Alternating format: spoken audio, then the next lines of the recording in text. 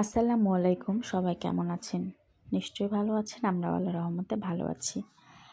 সচরাচর সবসময় কিন্তু বড় ইলিশই খাওয়া হয়। আর ছোট ইলিশ দেখে মনে হয় যে স্বাদ ভালো হবে না, গন্ধ হবে না।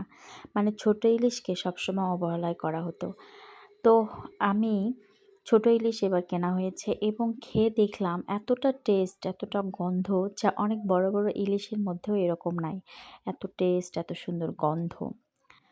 তো আজকে আমি সরিষা বেটে মানে সরিষা ইলিশ রান্না করব।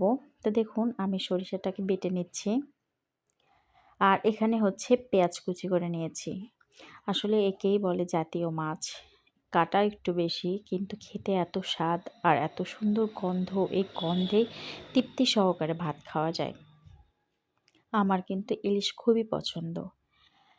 তো আমি আজকে সরিষা ইলিশ রান্না করব। তো কিভাবে এবং সরিষা দিয়ে এবং হাতে মানে মাখিয়ে রান্না করব। তো এর মধ্যে আমি পেঁয়াজটা কেটে নিয়েছি, আর পেঁয়াজটা খুবই কুচি কুচি করে কেটে নিয়েছি। তার মধ্যে এখন আমি আদা রসুন বাটা দিয়ে দিচ্ছি, একটু জিরা দিয়ে দিব, তারপরে একটু হলুদ দিয়ে দিচ্ছি। এখন আমি গুঁড়ামরিচ দিয়ে দিব, পরিমাণ মতো লবণ দিয়ে দিব। এর মধ্যে কোনো ধরনের মশলা বলতে কোনো ধরনের ফল, কালো ফল, দারচিনি, লবঙ্গ এগুলো কোনো কিছুই দিব না। আর এখন আমি তেল দিয়ে দেব, দিয়ে ভালো করে হাত দিয়ে এটাকে মিক্সড করে নেব।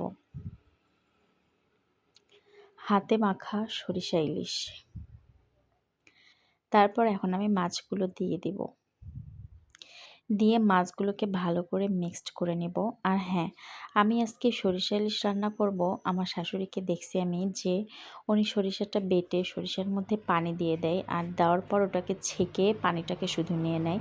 আর এভাবে কিন্তু রান্না করলেও খুব মজা হয়, টেস্ট হয়, এবং পুরো সরিষাটা বাটা দেয় না, কিন্তু এই যে এর মধ্যে পানি দিয়ে এইভাবে ছেঁকে নেয়। তো সেমভাবে আমিও করার চেষ্টা করলাম। ভালোই হয়, খারাপ হয় না। অবশ্য আপনারা এইভাবে ট্রাই করে দেখবেন। তো দেখুন আমার সরিষা বাটাও দেওয়া হয়ে গেছে। এখন আমি এটাকে ভালো করে মিক্সড করে নেব। আর আমার মিক্সড করা দেখেই মনে হচ্ছে যে রান্না হয়েই গেছে। খুব কিন্তু সহজ একটা রেসিপি। ইলিশ মাছ কাটাটাও যেরকম সহজ, তেমনি রান্না করাটাও খুবই সহজ। এই যে আমার মাখা হয়ে গেছে, দেখুন দেখে মনে হচ্ছে রান্না হয়েই গেছে। তো আমি এখন পানি দিয়ে দিলাম, দিয়ে ঢাকনা দিয়ে ঢেকে দিলাম। আর এরপর দেখুন আমার সরিষা ইলিশ। আমার সরিষা ইলিশ হয়ে গেছে। কালারটা কেমন এসেছে সবাই কমেন্ট করে জানাবেন।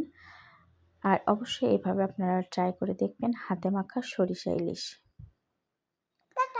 তো সবাই ভালো থাকবেন, আল্লাহ হাফেজ। আর হ্যাঁ, অবশ্যই সবাই পাশে থাকবেন, লাইক কমেন্ট শেয়ার করে। আল্লাহ হাফেজ।